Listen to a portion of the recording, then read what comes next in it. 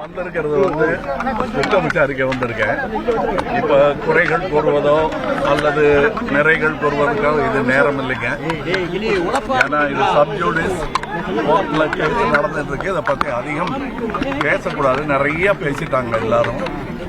இங்க நாங்க வந்தது இவங்களுக்கு நீதி கிடைக்கிறதுக்கு, இவங்களுக்கு ஆறுதல் சொல்றதுக்கும். உங்ககிட்ட எல்லாம் ஒரு சின்ன வேண்டுகோள், இவங்களுக்கு கொஞ்சம் நிம்மதியா இருக்க விடுங்க. என்ன பட்டுட்டாங்க பாடு.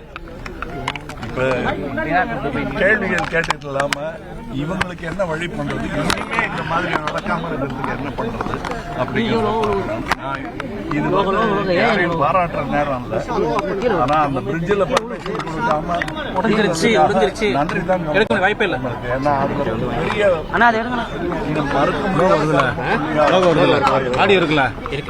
இவங்கெல்லாம் ஏன் எப்படி இங்க வந்தாங்கன்னு கேட்கறத விட வந்தாங்களேங்கிறது தான் எனக்கு ஆறுதல்.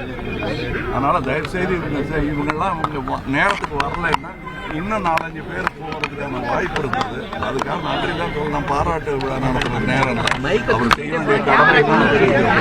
அவர் செய்யலைன்னு சொல்றதுக்கு இதுக்கு நேரம் இல்லை. நடந்து போச்சு. கோர்ட்டு விசாரிச்சுட்டு இருக்காங்க. நான் என்னுடைய வேண்டுகோள் என்னன்னா, மாண்புமிகு முதல்வர் அவர்கள் இது ரொம்ப ஒரு தரமான பண்புள்ள அரசியல்வாதியை எப்படி அதை நடத்தணுமோ, தலைமை எப்படி செயல்படுத்தணுமோ அதற்கான எல்லா குணாதிசயங்களையும் காட்டியிருக்காங்க. அது வந்து எங்களுக்கு பெருமையாகவும் இருக்கு. அதுக்கு நன்றியும் சொல்லணும். Sir, Edappadi Palaniswami Tamil Nadu government should take responsibility. Sir, any government will take responsibility sir. ஆனால் இது என்ன நடந்ததுங்கிறது இப்போ சட்டத்தில் அவங்க சப்ஜூடிஸ். அது ரொம்ப அதை பற்றி பேசிகிட்டு இருக்கக்கூடாது. அதை கமெண்ட்டும் அடிக்க வேண்டாம். ஏன்னா எல்லாரும் கஷ்டப்பட்டு இருக்கோம். எல்லாருக்கும் மன வருத்தம் இருக்கு.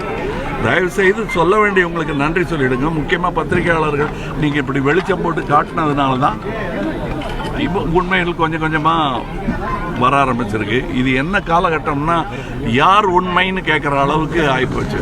உண்மைங்கிறது ஒரு பொருள் இல்லை, பல பார்வையில் பல பொருளாக தெரியுங்கிற இந்த காலகட்டத்தில் உண்மையை கண்டுபிடிக்க வேண்டிய நிர்பந்தத்தில் கோர்ட்டும் இருக்கிறது, போலீஸும் இருக்கிறார்கள். போலீஸாருக்கு நன்றி சொல்ல வேண்டிய நேரத்தில் அவங்களை குற்றம் சொல்லிட்டு இருக்காதீங்க.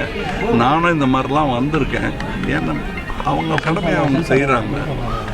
அதனால் தயவுசெய்து இதுவரையிலும் இந்த உயிர் சேதத்தோடு நின்னதுங்கிறதுக்காக நான் சொல்ல வேண்டிய உங்களுக்கெல்லாம் நன்றி சொல்லிக்கல.